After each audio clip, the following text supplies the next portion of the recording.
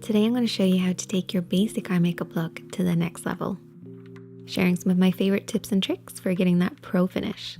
So let's get started.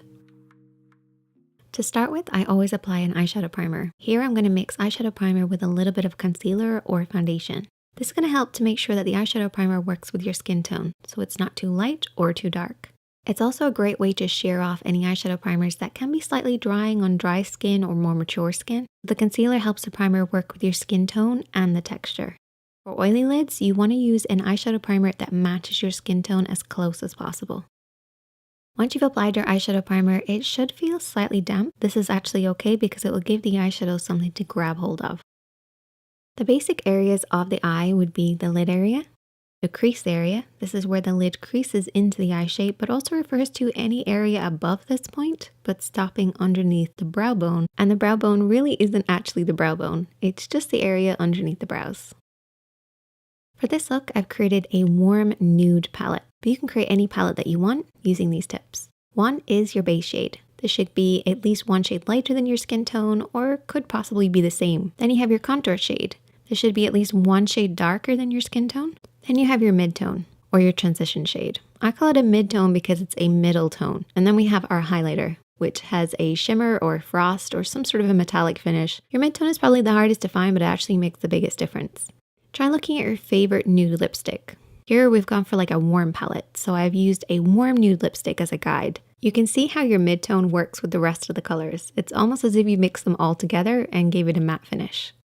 For applying the eyeshadows, you are going to need a blending brush, a flat brush, a clean blending brush or a spare blending brush. This is just going to give you that nice clean blend. And then a small brush for applying, whether it's a pencil brush or a flat brush or a small blending brush. This one's my favorite. Starting off with the blending brush, we're going to take our mid-tone to start with. And I typically like to start off with my mid-tone on the outer edge of the eye, working over and back in the crease, keeping my hand nice and low, and slightly looking down in a mirror. By keeping my hand nice and low, it actually helps to blend it up ever so slightly, working upwards towards the brow bone.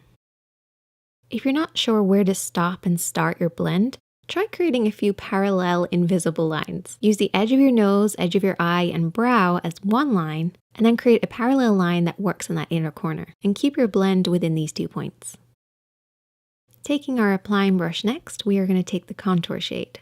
Pick up a little bit of the product just on the outer edge and start to apply this on the outer quarter of the lid. You really want to start off with a very small amount because our lid should feel a little bit damp and this may end up holding on to that contour a little bit too much. So slowly build this up.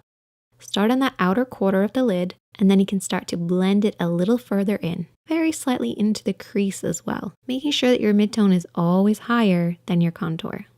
Don't worry about the application, just get the eyeshadow in the correct area because now we're going to take our blending brush and start to blend this out. For this blend, I want you to lift your hand slightly higher so it's about nose height on the face. This will prevent your contour from blending up too high. The higher your hand, the lower the blend. The lower your hand, the higher the blend. As this is a contour, we want to keep it nice and low to prevent it from moving past the mid-tone that we've already applied. Remember to keep within your 2 points as well. Next, we're going to take our blending brush and we're going to take a fade shade. So your fade shade is sort of like the bonus shade that's not in your palette. It could also be your blush if you prefer.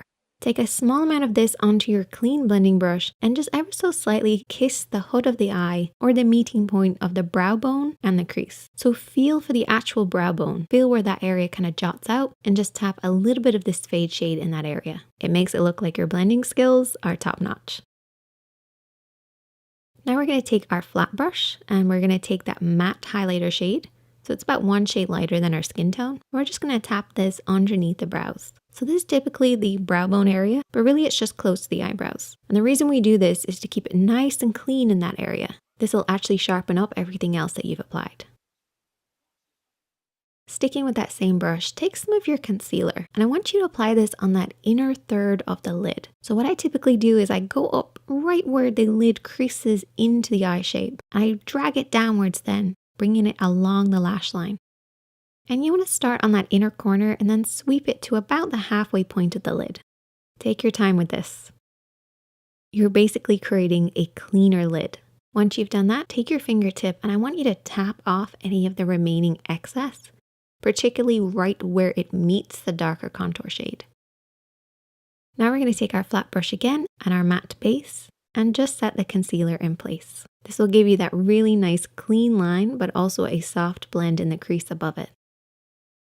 Taking that flat brush and the highlighter shade this time, so something with a little bit of shimmer, focus this on the inner corner of the lid, then very softly sweep this across the lid over the matte color that we've already applied. Now you might have noticed that we have quite a divide between our light lid and our contour shade. So we need to fade the two of them together. So we're going to take our fade shade and we're going to apply this right where they meet, right in the middle. Now you can use your mid-tone for this as well. However, a fade shade just adds that little bit more of a different tone, different texture, different depth, which once again brings your eye makeup look to the next level.